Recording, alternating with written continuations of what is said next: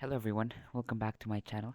So today we'll be doing IGCSE Physics Papers 2 for the February March series. So paper 2 is a multiple choice paper and it has a total of 40 questions. So let's start with the first one. Number 1. Which list contains two scalar quantities and two vector quantities? So let's look at the options. Distance is scalar, speed is scalar, time is scalar. So this is not the choice because there are already three scalar quantities. Choice B. Force is a vector, velocity is also a vector, distance and mass are scalars.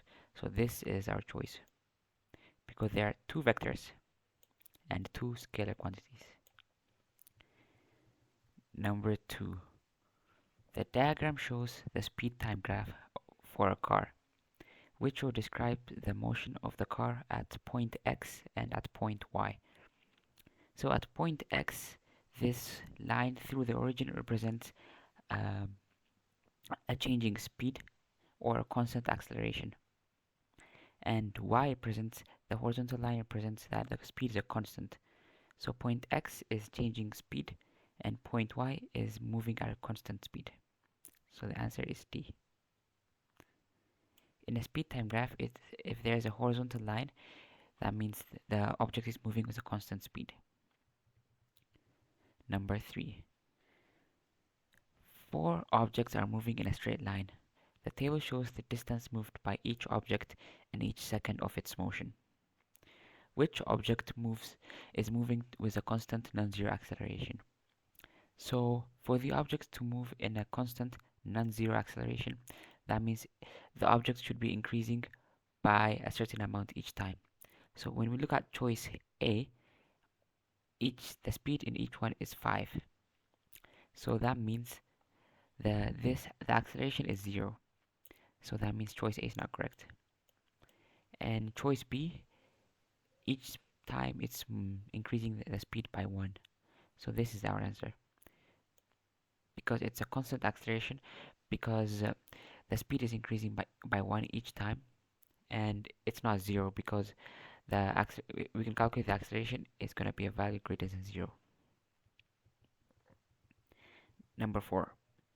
The drag force on a car increases with speed at 20 meters per second.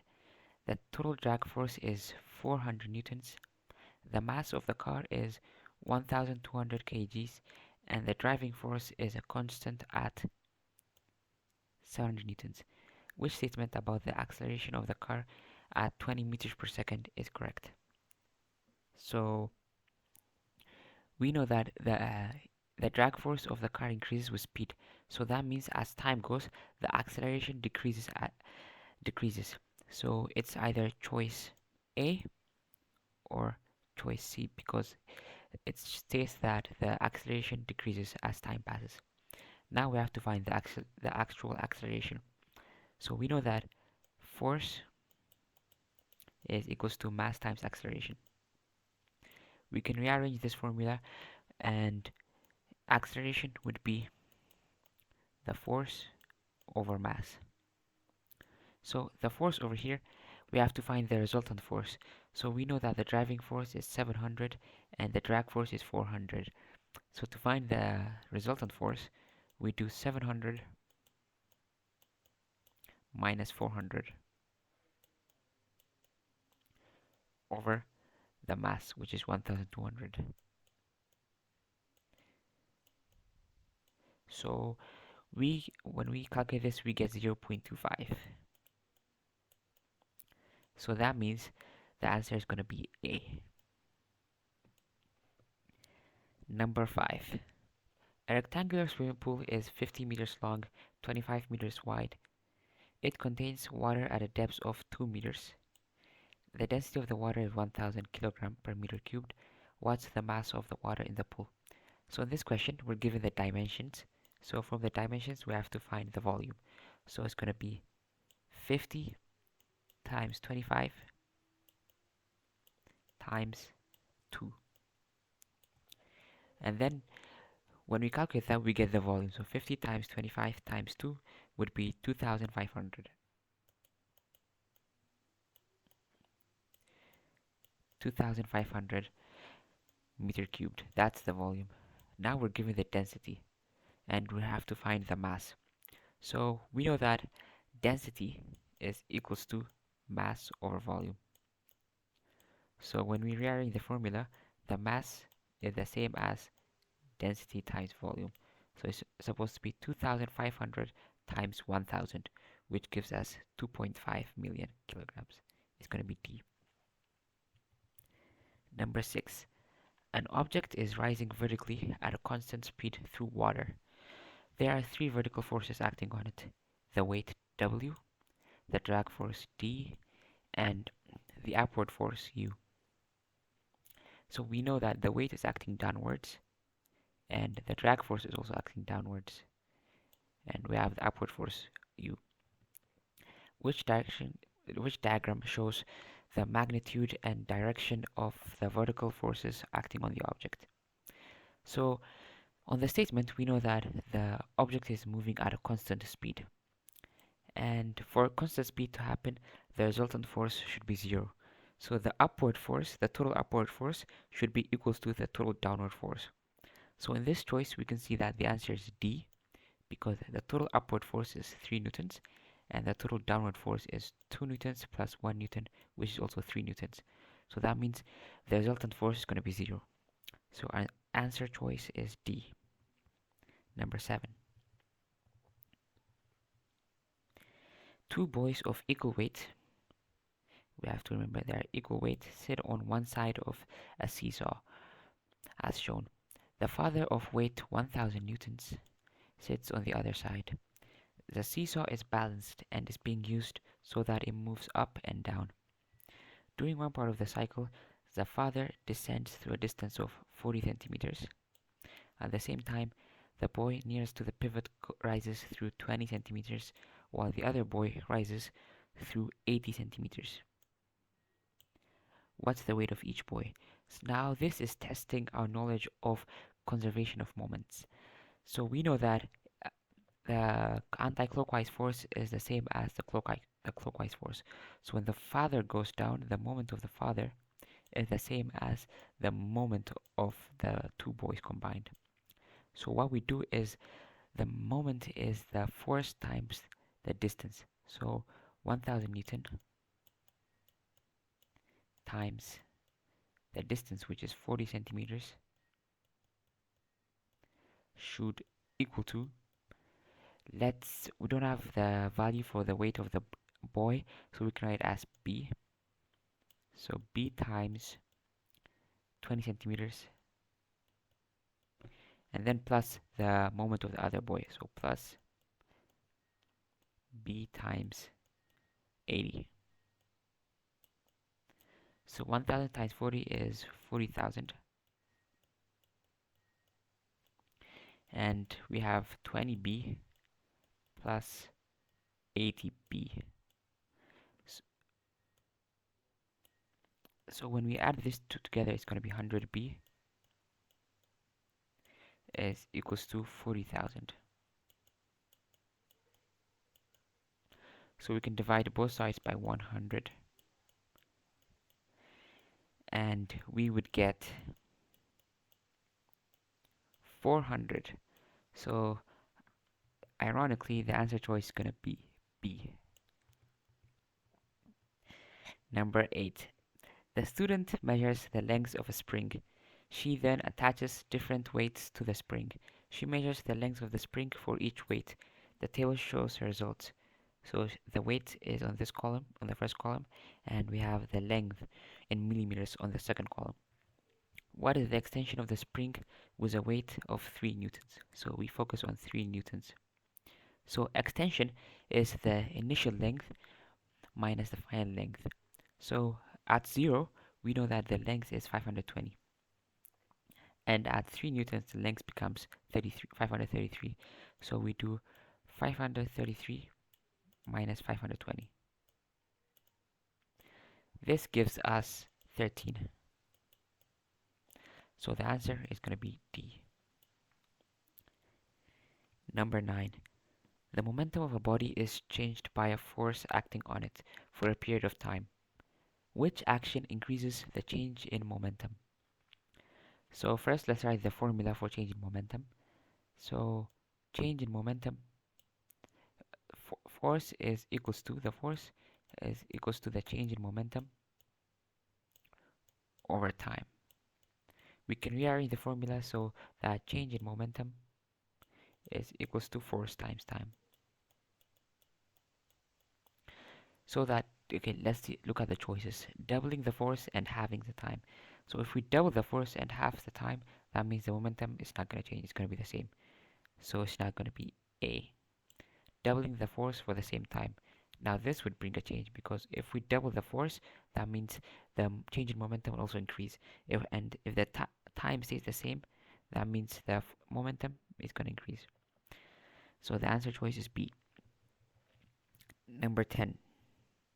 The equation used to find change in gravitational potential energy of an object can be written as EP equals to Y times Z times change in H, where change in EP is the change in gravitational energy and change in H is the change in height, which will gives the quantities for Y and Z.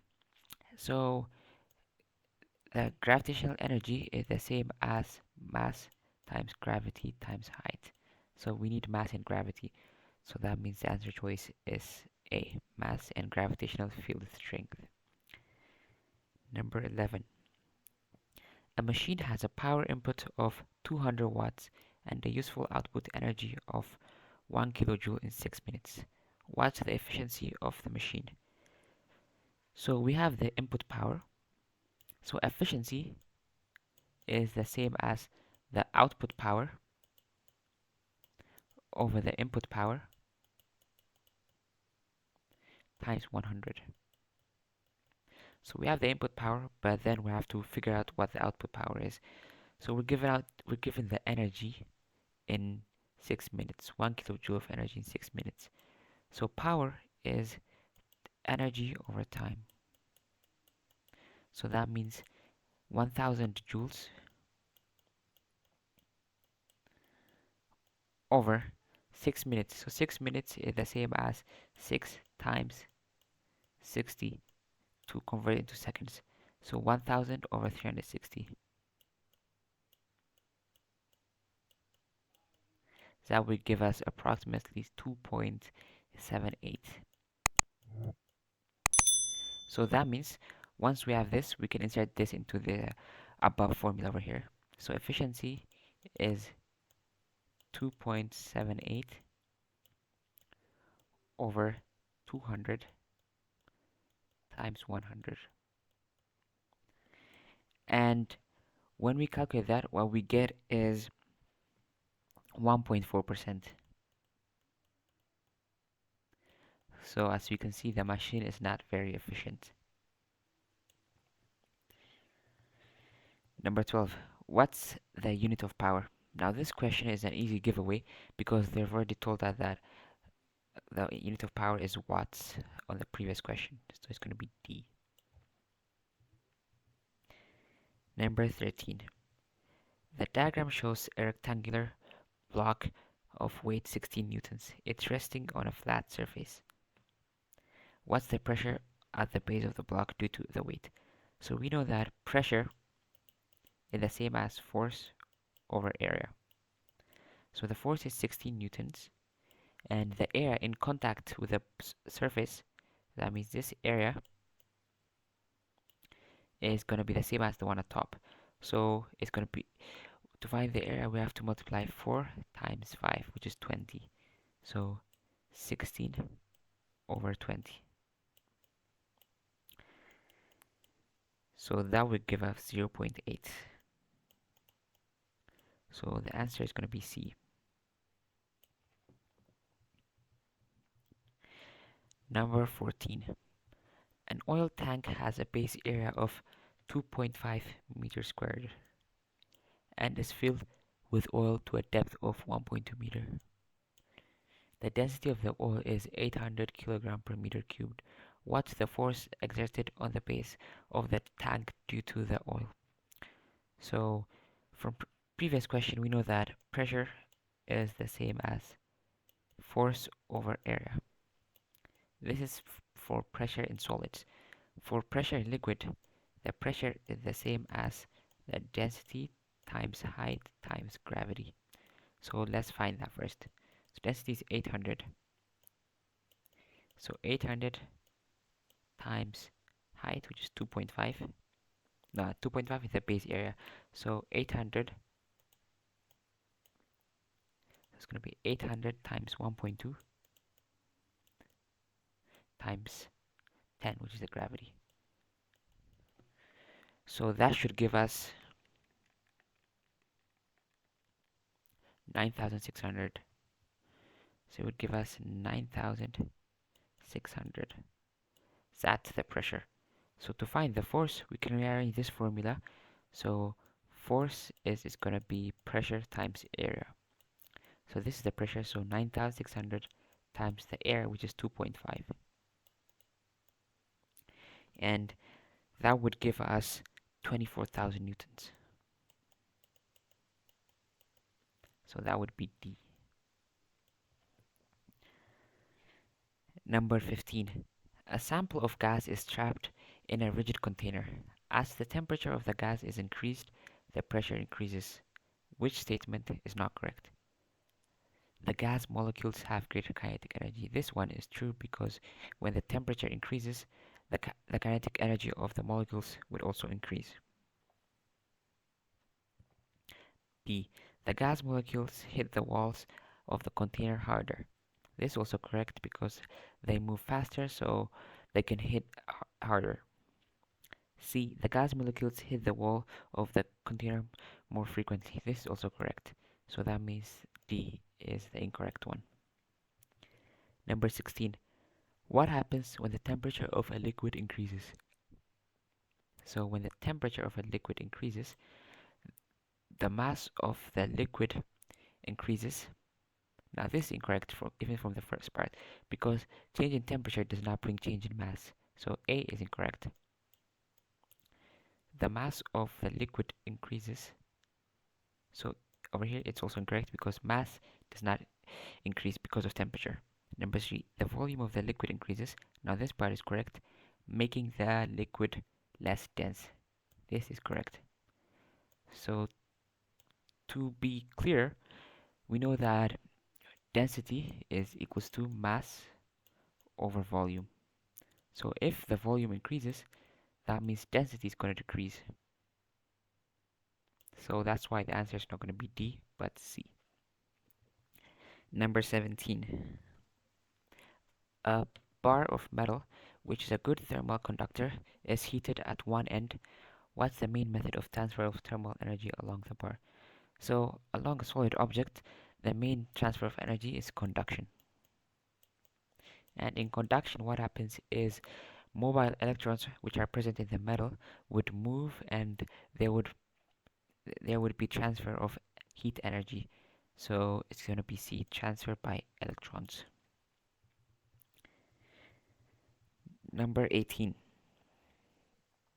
A transverse wave moves along a rope. The diagram shows the position of the rope at one particular time. Which two labeled points are the wavelengths? One wavelength apart.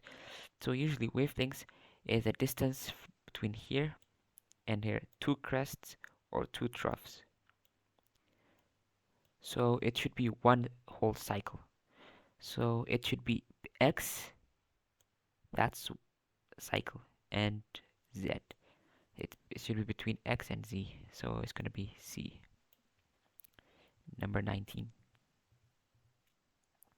Light is a transparent plastic meets a boundary with air. Light is transmitted into the air only if the angle marked on the diagram is greater than 36. So this should be greater than 36. So let's draw their normal first to find out the angle of incidence. So the angle of incidence is the angle between the ray and the normal line. So we know that this is at least 36. If this is 36, that means this hole is 90 degrees. So to find that, we do 90 minus 36. So this becomes 54. So 54. So 54 is the critical angle, because if it's greater than, if this angle is greater than 54 degrees, that means light would not pass into the air, it would be reflected back. So for critical angle, the refractive index is the same as 1 over sine c, which is the critical angle, sine 54. When we calculate this, we would get 1.2 as the refractive index. Number 20. A thin converging lens has a focal length f. An object O is placed to the left of the lens as shown. Where is image formed and how does the size compare to the object? So let's draw ray lines to determine where the image forms. So the first ray is going to be through the center of the lens, and the second ray is going to be goes horizontally onto the middle of the lens, and then it goes down to the focus.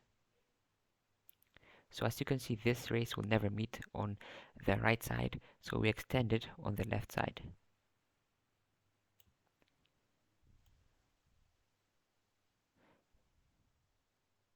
So you can see the rays meet here, so that means the image is going to form over here. And as you can see, the image forms on the same side as the object, and it's going to be larger. So on the same side as the object and larger than the object. Option is C.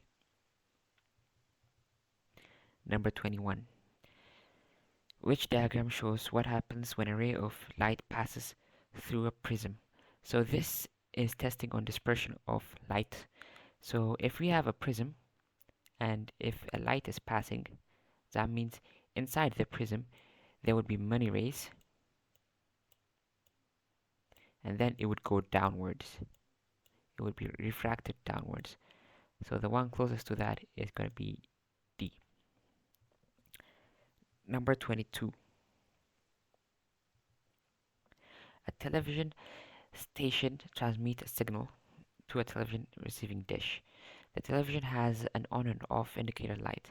The television is switched on by a remote control which changes the indicator light from red to green. Which electromagnetic wave used in these actions has the longest wavelength? So first we have to identify them. So B, we know that it's infrared. This is infrared. And C and D are the same because it's green light or red light. So this is going to be white light.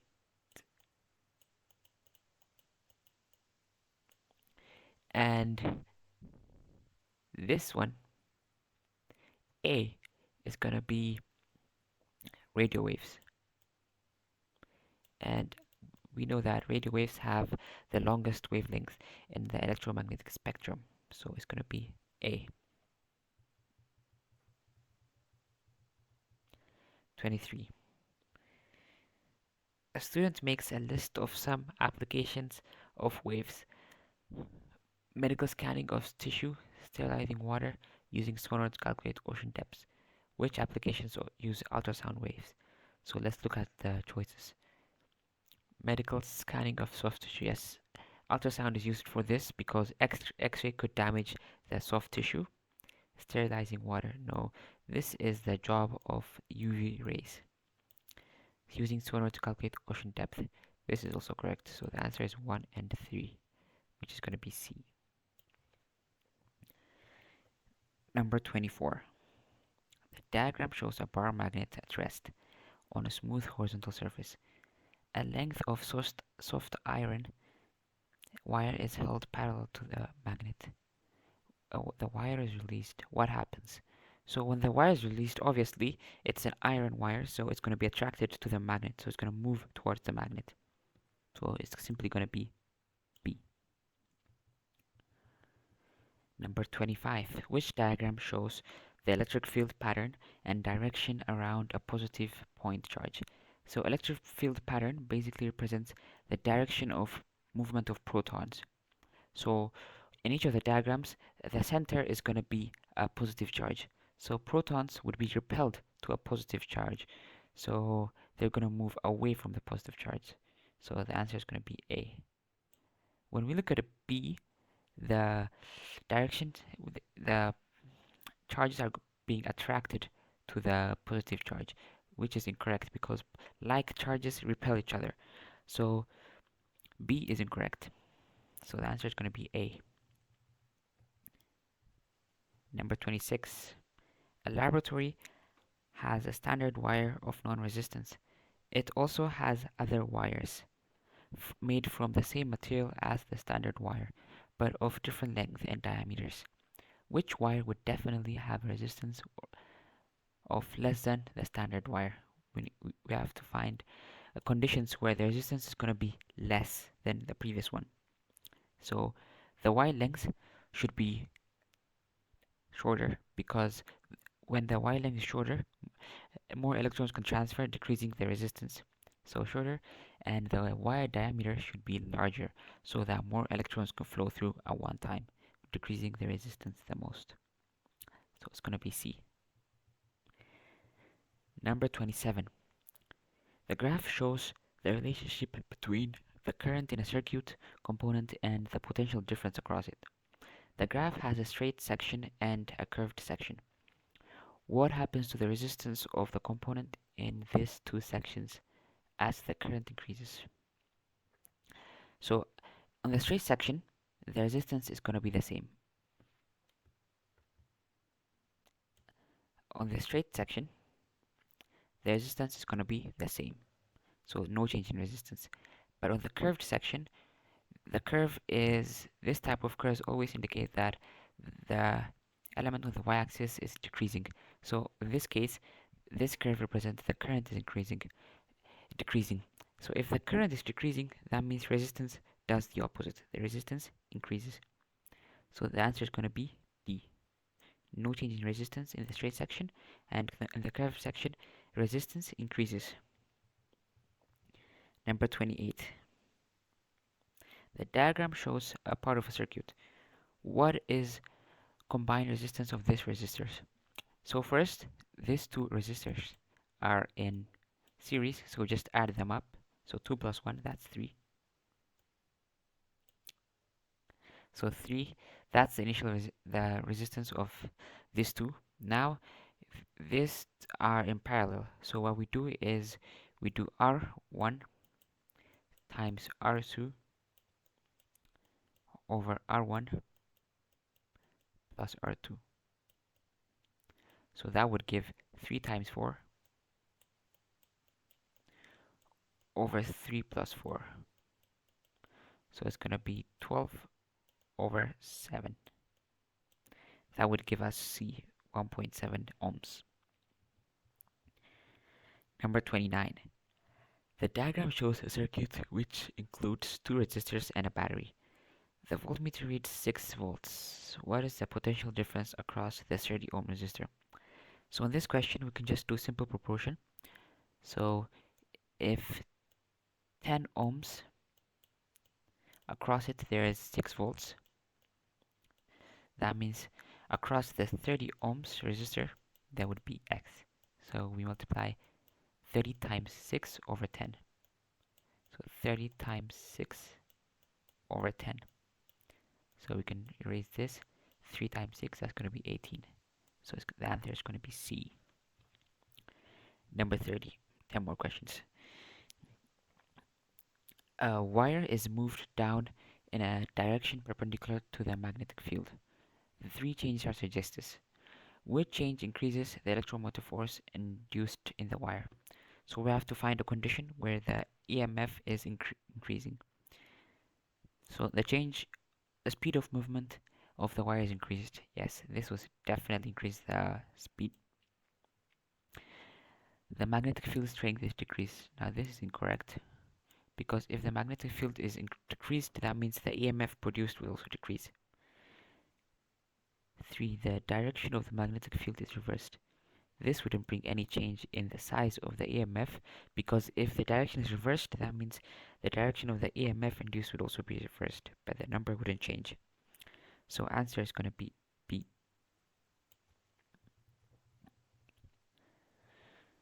A wire is moved across a magnetic field.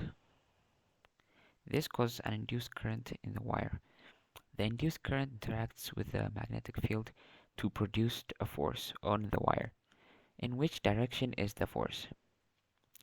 So in this types of question, we know that if the wire is moving, so the direction of the force is going to be always going to be opposite to the direction of the movement of the wire.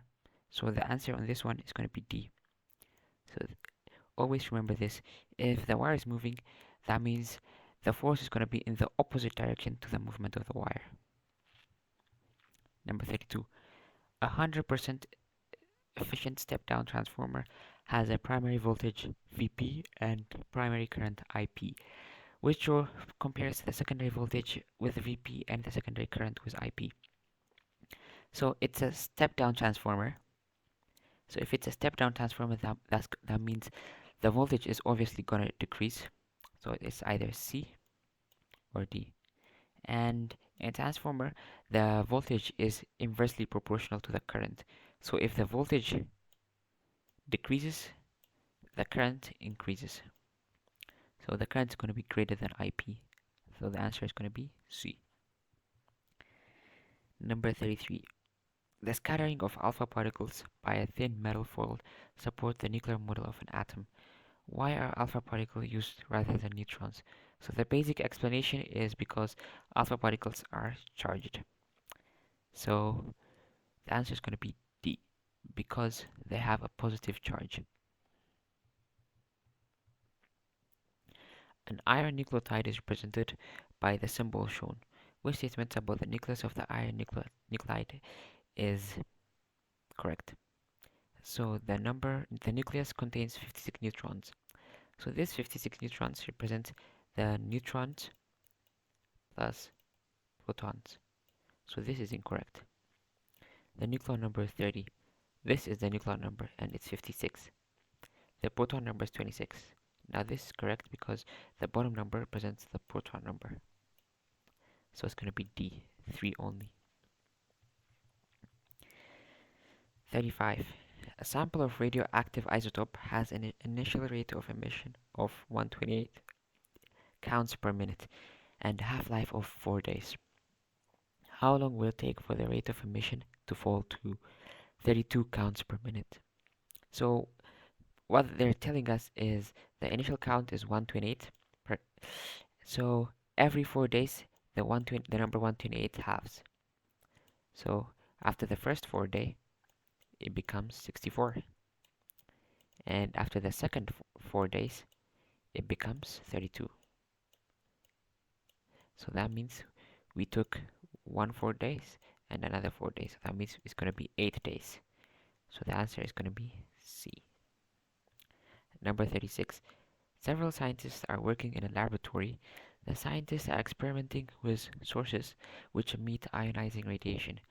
Each scientist is given a list of safety rules. Which safety rules are for protection against the effects of ionizing radiation?